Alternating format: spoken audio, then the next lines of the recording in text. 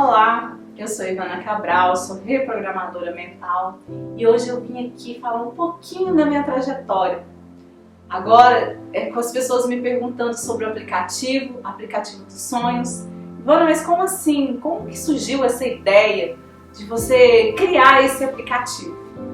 Eu vou contar um pouquinho da minha história para vocês e vocês vão entender o porquê que eu entrei nesse universo que eu estou hoje, né? Eu fiz a minha primeira formação em coach, depois eu fiz física quântica, depois eu fiz vários cursos fora, eu fiquei nos Estados Unidos, fui para a Alemanha e hoje eu tô aqui com vocês.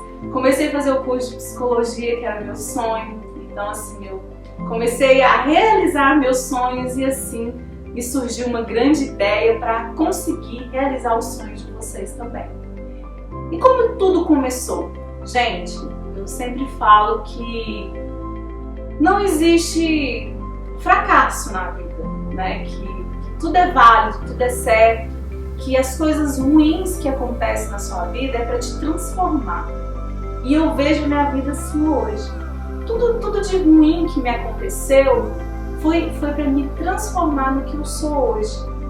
E se todo mundo conseguisse ver com essa ótica, o mundo seria diferente. As pessoas teriam muito mais do que elas têm.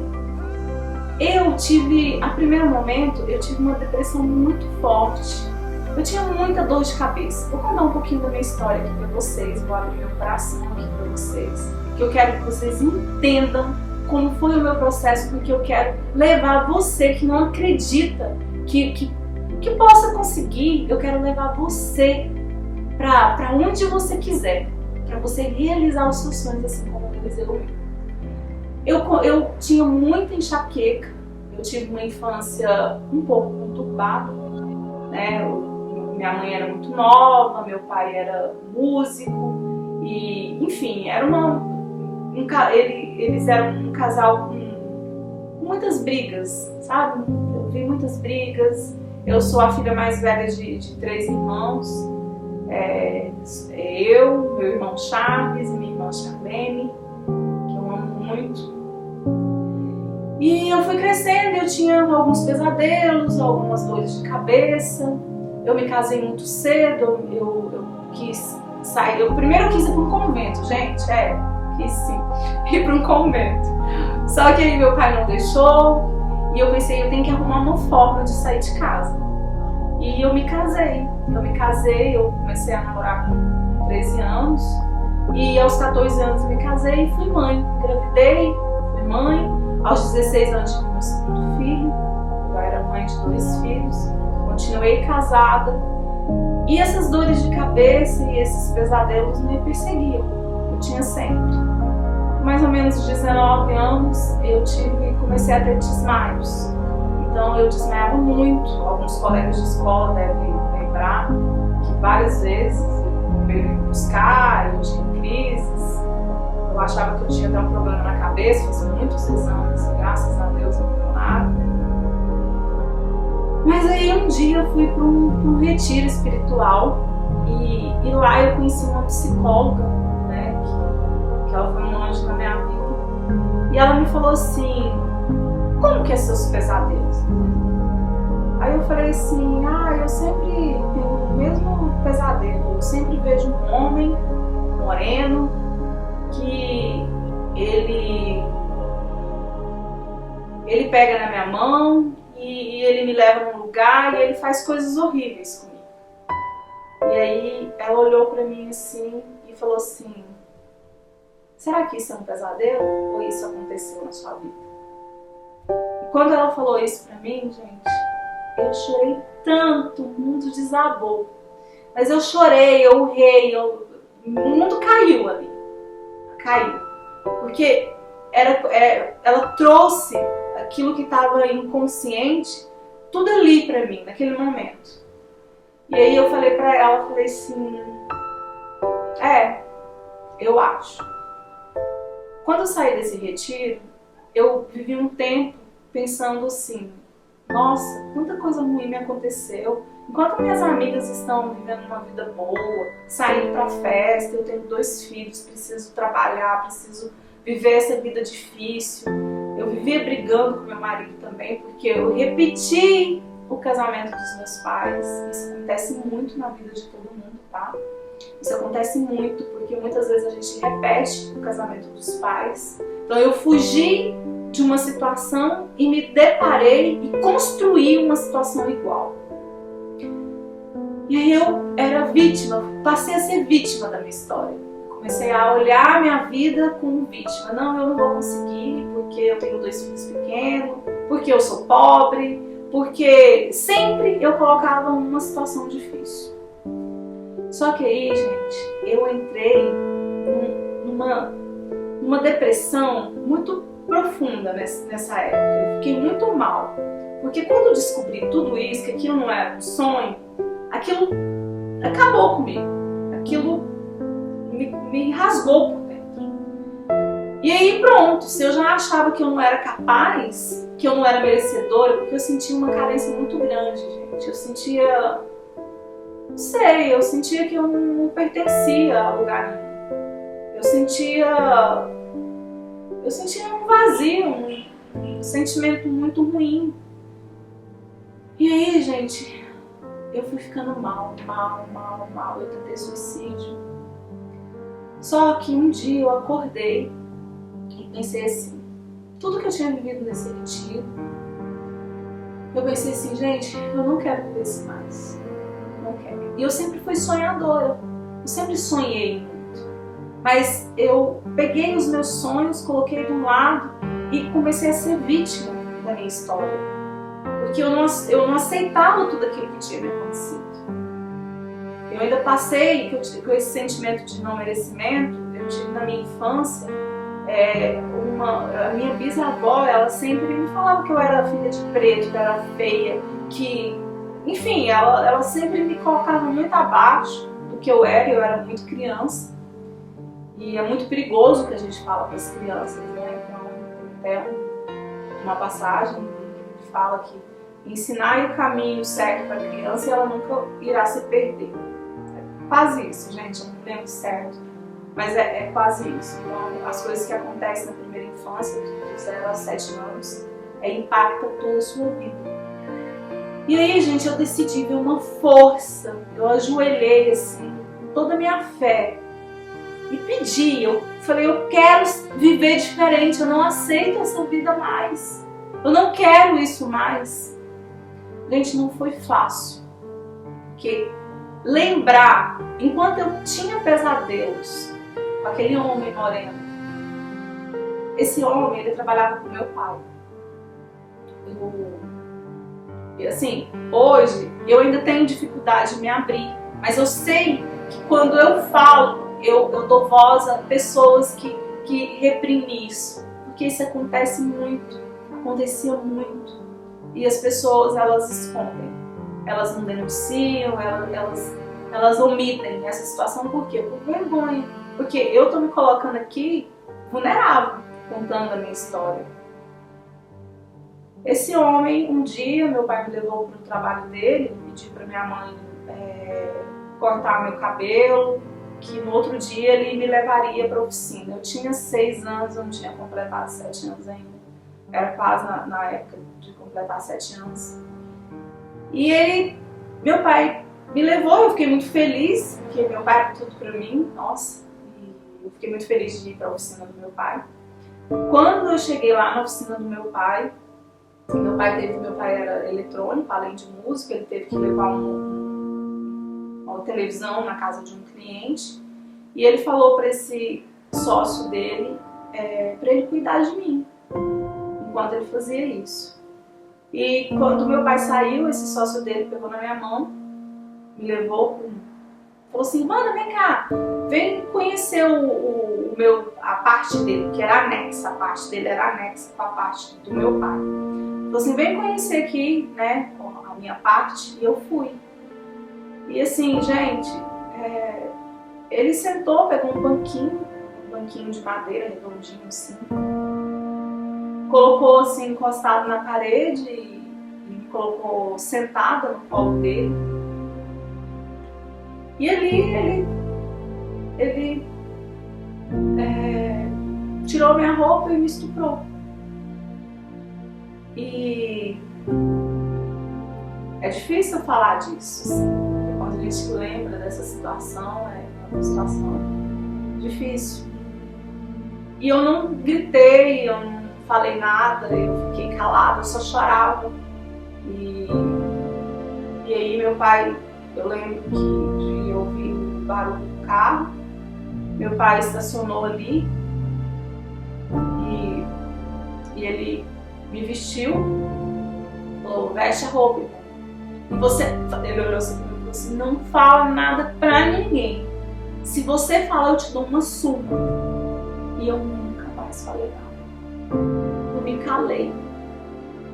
Eu, assim, hoje, conversando com minha mãe lembra que eu mudei. Mas na época, meu pai, minha mãe muito nova, não percebeu. Não percebeu o que tinha acontecido. Mas naquele dia ali, minha vida mudou. E assim, por eu não ter gritado, por eu não ter falado, aquilo ficou dentro de mim e eu não quis entrar em contato com isso. E qual a história que eu contei pra mim ali? Eu acho que a criança faz isso pra sobreviver, né? Eu falei assim, não sei, né? Deve ter acontecido isso, porque hoje eu sei como funciona, porque eu estudo sobre isso. Eu não posso lidar com isso. Então eu fingia que aquilo era um pesadelo. Eu imaginava que aquilo era um pesadelo. Na verdade, não era. E só aos 19 anos eu descobri que não era. E foi difícil, gente. Muito difícil. Muito difícil. Muito. Porque isso me trouxe muitas coisas ruins. Que se eu já tinha aquele sentimento que a minha avó me colocava para baixo, se eu já tinha aquele sentimento de não amar, daí que eu comecei a me sentir suja. Eu me sentia suja, encardida. Parece que onde eu chegava, eu não era bem recebida. Parece que as pessoas conseguiam olhar minha alma, conseguiam olhar o que tinha lá dentro de mim, sabe? E eu passei anos e anos e anos. Só que eu tive uma fé tão grande, eu tive uma vontade tão grande de mudar de vida, que eu decidi, depois daquele retiro, que eu não queria mais aquela vida, eu não queria mais aquele casamento de fracasso, aquele casamento onde eu vivia nas ruínas. Eu não casei amando, eu casei para fugir de casa. Não tinha amor, foi uma fuga. E eu decidi, eu me separei, mesmo com duas crianças pequenas. Eu pensei, eu mereço ser feliz, eu mereço que meus filhos, eu mereço dar essa felicidade para os meus filhos. Eu quero uma vida diferente. E aí, gente, eu comecei a trilhar um novo caminho. Eu conheci, depois de um tempo na faculdade, eu fui para a faculdade, prestei vestibular e entrei. Conheci um rapaz que hoje é o meu marido, o amor da minha vida. Já tem 14 anos que isso aconteceu. E eu falei assim, eu posso, eu consigo. Por que as pessoas conseguem e eu não? E meu sonho, gente, era casar de bela e grinalda e de fazer uma lua de mel fora do país. Eu sonhava em conhecer o mundo, sabe aquela menina sonhadora? Eu sonhava isso quando eu era criança também, eu tinha muitos sonhos. Só que ser vítima de tudo aquilo que me aconteceu e ficar remoendo aquela história dentro de mim, foi me adoecendo. A gente adoece. Gente, muitas doenças vêm daqui, ó, e daqui.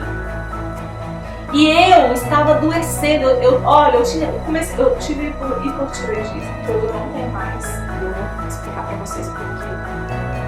Mas enfim, deixa eu tentar resumir aqui, porque a história é grande, né? Em outro momento eu quero contar mais pra vocês. É difícil até hoje eu falar disso, né? Por mais que eu tenha ressignificado tudo, mas quando eu falo, isso dói em mim de novo, isso me faz, né, lembrar aquela criança lá naquela vulnerabilidade, aquela criança indefesa ali. Mas por que essas coisas acontecem, né, gente? Tem pessoas que ficam se perguntando, se revoltam com Deus e não aceitam muitas coisas na vida. Eu falo que uma das coisas para a gente conseguir dar o próximo passo é aceitar. Aceitar e fazer o seu melhor, foi isso que eu fiz. Eu acreditei que eu conseguia. E assim, eu casei do jeitinho que eu sonhava, do jeitinho que eu idealizei. Eu fui passar uma lua de mel fora do país como eu queria, aquele sonho de menina, de adolescente, sabe? Eu fiz isso. Eu queria ter mais um filho e eu tinha ligado com o meu segundo filho, eu fiz laqueadura. E eu consegui, por fertilização in vitro, ter minha terceira filha, que é uma bênção na minha vida, né, juntamente com meus outros dois. Só que a Helena veio assim, onde já não tinha mais esperança de eu engravidar. E eu consegui. E teve dificuldade, gente? Muita dificuldade. Eu tenho ainda muita dificuldade. Que todos nós temos, faz parte da vida. Isso faz parte da vida. Só que eu decidi naquele momento que eu era autora e não vítima da minha história. Eu pensei assim, tem uma frase que eu gosto muito que fala assim: eu não sou o que me aconteceu. Eu não sou o que me aconteceu. Eu posso me tornar o que eu quiser. Gente, eu posso me tornar, você pode se tornar o que você quiser. E aí, depois de uma outra queda que eu tive, porque ainda ficou resquícios, né? Ficou resquícios de toda essa história. Eu tive uma depressão pós-parto da minha terceira filha. Fui de novo no fundo do poço. Mesmo realizando todos os meus sonhos, mesmo tendo decidido ser autora da minha história, mesmo ter me libertado de muita coisa, de muitas amarras, perdoando, aceitando, porque eu tive que perdoar esse homem. Esse homem, ele estava, meu pai, ele, no ano que eu casei, ele faleceu. Ele teve um câncer e faleceu 3 meses ou 4 meses. Ele faleceu em julho, eu casei em outubro. Foi muito difícil, sofri muito, porque eu descobri o quanto o meu pai era meu herói, o quanto eu amava ele, o quanto eu amo ele. E eu vi esse homem no velório do meu pai, gente. Eu vi ele lá e eu não falava. Eu não tinha coragem de falar. Não tinha, não sei porquê. Que eu me calei. E aquilo, eu me calei, eu me tranquei, que isso me gerou um hipotiroidismo. Onde eu tomei remédio, sei lá, 15 anos, eu acho. Enfim. Depois desse problema que eu tive, de depressão pós-parto, eu dei uma síndrome do pânico. Nessa situação, eu passei por muito mais dificuldades do que daquela primeira depressão. Eu falo que às vezes o fundo do poço, ele te serve para te dar, para curar suas feridas de vez e te dar força, sabe? Que nem sempre uma coisa ruim é ruim. Que às vezes uma coisa ruim que você está passando é para você curar algo em você. E isso aconteceu comigo. E aí eu falei assim, eu vou buscar ajuda. Eu vou buscar ajuda, eu quero me curar, eu quero continuar sendo feliz. E foi isso que eu fiz, gente. Eu fui buscar, foi a primeira vez que eu fui fazer o coach.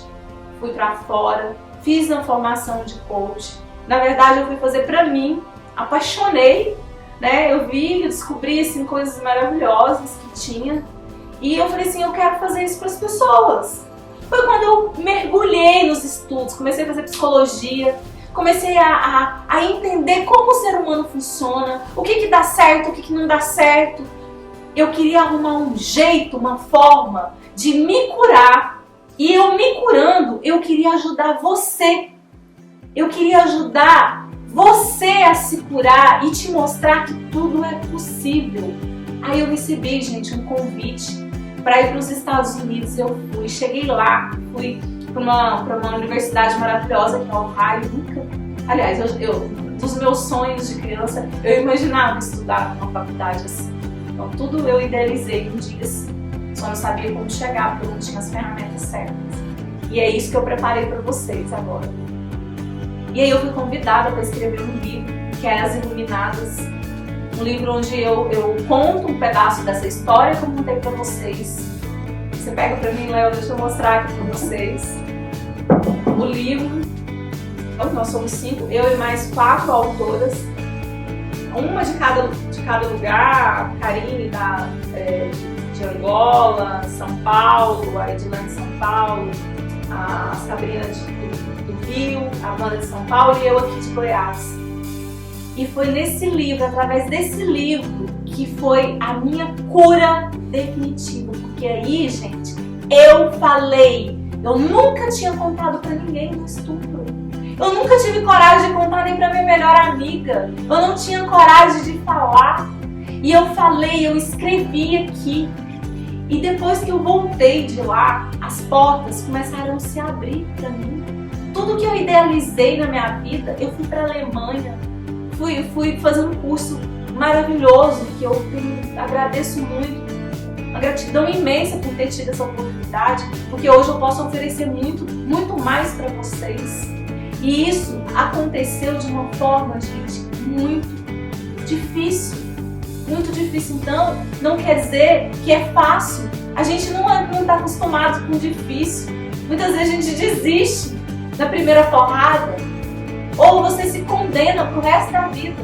Ah, eu fui uma menina pobre, eu fui estuprada, eu tive problemas com a minha família, então eu tô condenada. Será que você tá condenado para ser fracassado? Será que você tá condenado? Gente, nós somos aquilo que nós decidimos ser.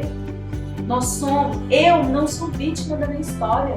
5% é o que me aconteceu. 95% é o significado que eu dou para esses 5%.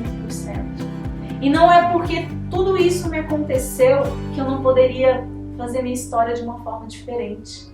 E foi aí, depois do livro, depois da Alemanha, que eu voltei para cá. Um dia eu comecei a falar muito. Eu quero ajudar as pessoas. Eu quero ajudar as pessoas a entenderem como funciona a lei da prosperidade. Eu quero ajudar as pessoas de uma forma que elas vão entender que elas também podem chegar onde elas quiserem. E aí, gente, eu perdi a noite, foi uma noite de sono, aliás, foi numa madrugada, eu perdi o sono, aí eu levantei, eu senti muita vontade de escrever e eu comecei a escrever. Na cozinha, numa mesinha branca, eu comecei a escrever e ali foi surgindo ideias de como eu iria fazer esse aplicativo. Eu falei assim, gente, todo mundo tem um celular na mão. Agenda, as pessoas esquecem, né? Deixa no escritório, deixa na bolsa, deixa no carro. Eu preciso de algo que não separe das pessoas. E isso era o celular. Eu falei assim, então eu tenho que criar, eu tenho que conseguir colocar dentro do celular todas as ferramentas necessária para a pessoa prosperar, para ela conseguir realizar todos os sonhos dela. Igual eu realizei os meus. E foi quando eu comecei a ter muitas ideias e comecei a escrever. E eu acreditei naquilo que eu estava escrevendo. Inclusive, meu marido acordou no meio da madrugada, estava lá escrevendo. Eu pensei, o que você está fazendo aqui? Que louco! Eu já estava amanhecendo o dia, gente. Eu estava lá escrevendo e pensando de uma forma para ajudar vocês, porque, gente, eu tenho que agradecer, é uma forma de gratidão por tudo que eu fui proporcionado, por tudo que a vida me proporcionou, por toda essa bagagem, por todas as coisas boas que eu tive, porque eu tinha me condenado, eu tentei suicídio, eu tive momentos na minha vida que eu pensei assim, eu não quero viver, para que viver? Eu sou um nada. Eu não sou merecedora. Gente, doce ilusão. Tudo isso que eu pensava caiu por terra quando eu entendi que a vida é gratidão, que tudo que te acontece é para te curar de algo que você precisa. Hoje eu estou aqui falando com vocês porque eu passei por tudo isso. E se eu conseguir perdoar, eu consegui perdoar. Eu não sei o que aconteceu desse homem que fez isso. Por muitos anos eu não denunciei um tempo. Depois de muitos anos eu não me achei no direito de denunciar ele, porque eu não sei que pessoa que ele se tornou. Às vezes ele se tornou uma pessoa do bem, não sei. Não sei porque eu não tive notícia. Vi ele no velório do meu pai. E assim, gente, é ressignificar, dar um novo sentido para sua vida. Não é porque as pessoas falam assim, Ivana, você já tem 2 filhos, você quer casar de Bel Grinalda? Nossa, que coisa ridícula. Mas eu queria, era meu sonho. Ridículo. E daí? Não era ridículo pra mim. E eu consegui. Do jeitinho que eu sonhei, eu consegui. A forma que eu idealizei, eu consegui. Com dificuldade? Muita dificuldade. Ninguém falou nunca que era fácil. E eu não tô iludindo você que é fácil. Mas existem ferramentas que você pode utilizar a seu favor. E uma delas é a sua mente. Sair do papel de vítima é uma delas. Começar a agradecer pelo que você tem e não pelo que te falta é outra. Perdoar o seu passado, aceitando o seu passado, tendo orgulho até das coisas ruins que te aconteceram é outra. Então, gente, eu quero deixar aqui uma mensagem para vocês que não importa, eu sempre falo isso, não importa a pergunta, a resposta sempre será o amor. Tudo que é feito na nossa vida é para nos encaminhar, para nos amar em primeiro lugar, depois o outro. Se eu não me amo, se eu não tenho amor dentro de mim, eu não consigo proporcionar isso para ninguém. E eu preparei essa ferramenta para vocês, que vai estar lá no aplicativo Ivana Cabral. E eu imaginei uma forma também, eu falei assim, eu preciso colocar um preço onde todo mundo consiga, porque muitas pessoas começaram a entrar em contato comigo e, mano, eu quero ser atendida por você, eu quero ser atendida por você, eu não consigo atender todo mundo. Muitas pessoas eles não têm a condição financeira para pagar um processo inteiro. E essa ferramenta, e esse aplicativo eu coloquei num preço onde cabe no bolso de todo mundo, um preço bem irrisório por tudo que oferece. E eu tenho certeza, se você seguir ali o que eu peço para você seguir, se você pegar todas essas ferramentas que eu coloquei ali naquele aplicativo, a sua vida vai ser outra, a sua vida vai mudar, e eu garanto isso, tá bom? Gente, um beijo grande, fiquem com Deus, um beijo no coração de cada um.